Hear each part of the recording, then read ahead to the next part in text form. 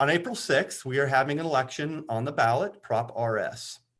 So for us, Prop RS obviously represents everything about Reed Spring, but specifically, the R kind of represents recruiting and retaining the best world-class employees to work with our children. The other piece, the S, obviously represents all the components of the strategic plan. We have tracked data over time, and this data can be replicated anywhere in the country. We've seen it everywhere, that children who are exposed to early childhood education, and I'm not talking about just daycare, I'm talking about really helping our children grow and learn and be exposed to social activities and engagement, that they are significantly above their peers that do not participate in early education. It's not even close. We are underservicing our community in this area.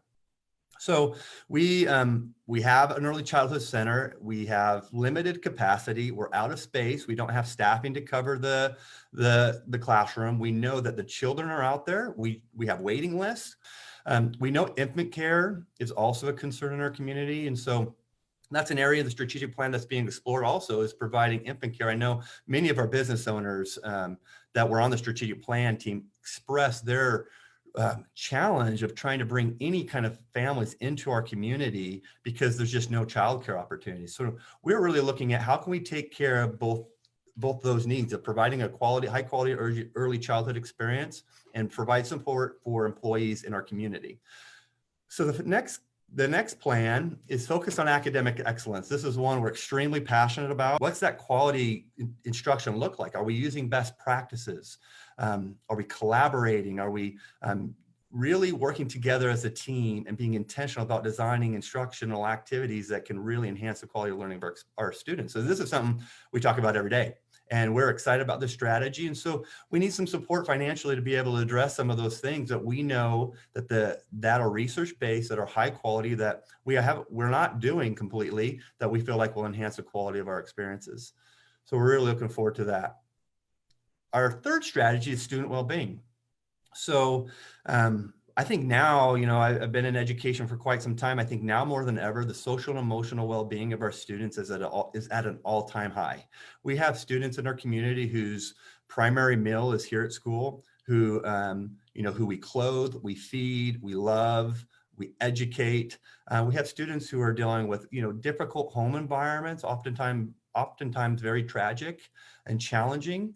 And so how do we better meet their needs? And some of these students are coming to our classrooms with so much trauma. And so we're looking at, in this strategy, how can we provide an experience, kindergarten through 12th grade, really all the way up, early childhood through 12th grade, how can we provide some alternative experiences that we can be very intentional with these children that are experiencing trauma and give them the supports they're needing, while maybe being in a kind of a different environment while other children are on task and are able to also learn and progress. So we're working through the strategies over the next 5 years to address that. The fourth plan is all about recruiting and retaining high quality employees. Outside, my feeling is that outside of faith and family, there's no other support more important for the education of a child than our teaching staff. They're the ones that are working in the grind, in the classrooms with our children. And so if you can kind of see the data here, Missouri teachers are some of the lowest paid in the entire country. We rank 43rd in overall salaries in the entire country. When we started looking at this strategy, if we're saying our mission is to be world-class, how do we bring in those world-class employees? We started looking at, well, who's our competition? Who are we competing against? And how do we get our name out there? So reality, when we started looking at that, our competition is Nixa, Branson, Republic, Ozark, and Willard. Those are our primary competition in terms of keeping employees or recruiting employees.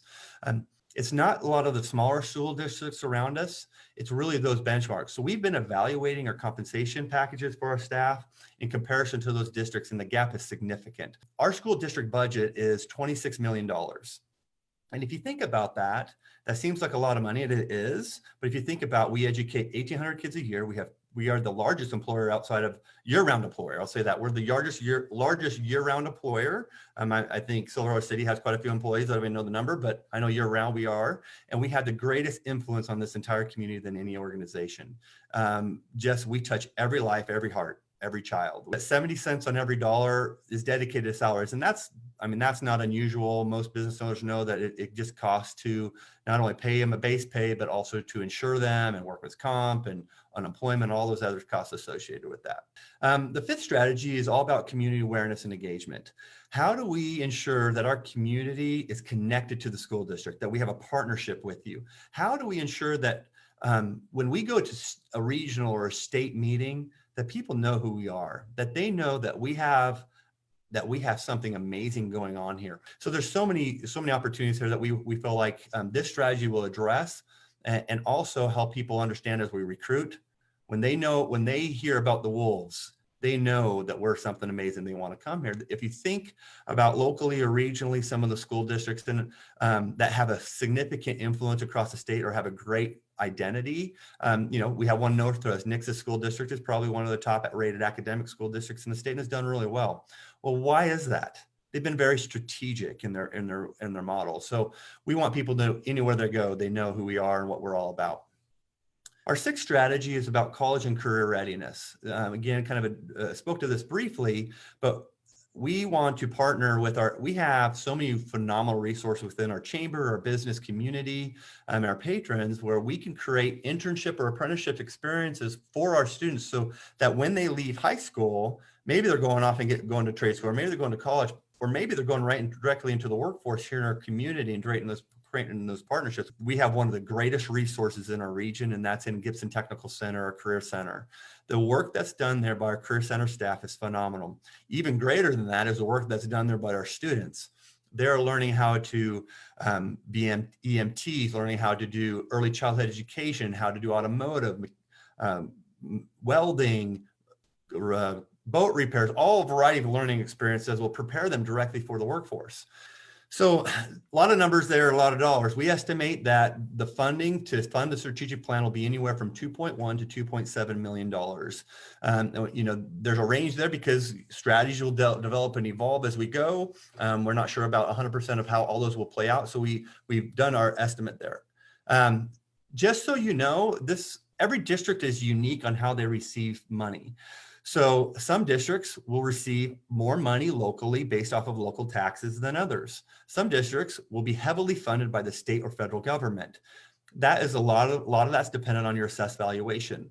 And so our school district, we are more so than even a lot of the districts around us, we are highly dependent. Almost 75% of our entire budget is dependent on our tax base, our local taxes. We have now shifted from a very expensive device that costs anywhere from $1,100 to $1,300 that we leased out to now we're transitioning to Chromebook devices. So each device will now cost only about $250.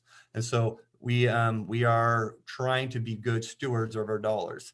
We've done, since I've arrived, the first thing I did is really cut budgets down, and administrators and our teaching staff know that because we have been afraid that we were going to have to take out more loans to make payroll. And so we've really been trying to intentionally designing a good budget for our district and being good stewards of our money. This chart, I think, is one of the charts that has the most power. When you see our levy, this middle column, you have obviously area school districts on the left. The middle column is our levy dollar amount. Reed Spring School District has the lowest levy in the area. So, Blue Eye, Hurley, Nixie, you can read through those, Taneyville, Galena, kind of where they're at.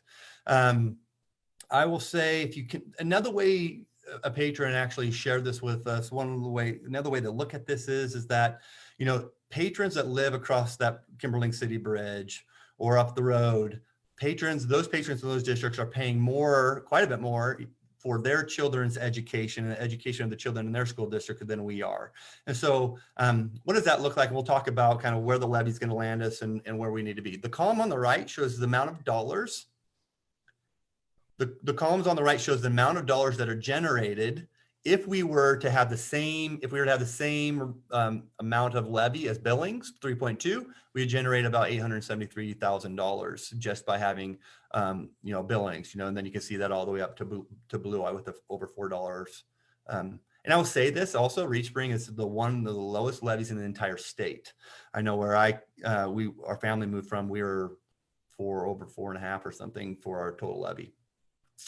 This chart here shows that same information just in a graph form. The solid thick blue line is our history of levy. We have obviously haven't come to the voters to be able to ask for a levy increase. And you can see everyone in our area has over time come to our patrons and asked for some increase.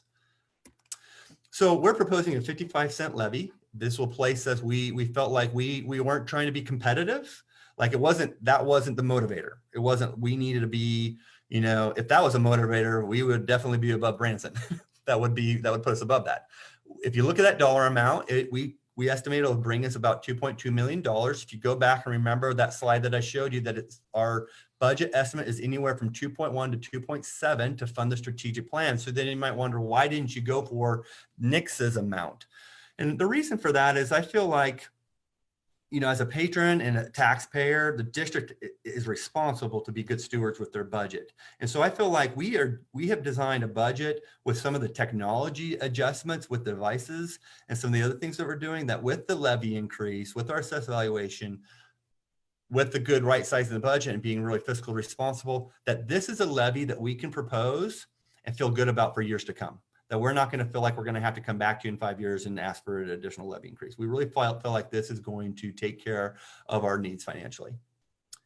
So if you kind of think about that, you know, we have one of the things that we have, and I'll show you the website. We have a website with a lot of information about the Prop RS. Ben Fisher has done a remarkable job getting information posted on that. We appreciate him and his work. There's an FAQ that will show what this increase will cost to you as a patron, so you can go and look, and they'll show you if your home costs this much. So if you kind of just think about, you know, if your home is valued at 100,000, you know, if your home's 100,000, if you have a $100,000 home, you're going to be paying about $8 to $10 a month extra in taxes. So the way I've looked at it is, you know, that's okay, I'm just not going to go buy a hamburger one time that month and I'm going to impact the entire school district, all these children. Just go to our webpage. If you just go into Google and type Reed Springs School District, and you'll see this bar at the top, and just go to Prop RS and go down here, and you'll see, you know, there's some intro here, but if you go to our frequently asked questions, it'll show you, the values, the cost. There's a bunch we try to anticipate all those different questions that our patrons might have. So we just encourage you to go to that website if you haven't already done so. Our plan is to help prepare the best kids to return to our community, or if not, go change the world. If you do have questions in this process, please reach out and ask. Obviously, I'm here just to inform and to be transparent. That's what I've been charged to do, is be transparent in the process. And so we will do the best we can to answer any questions that you may have.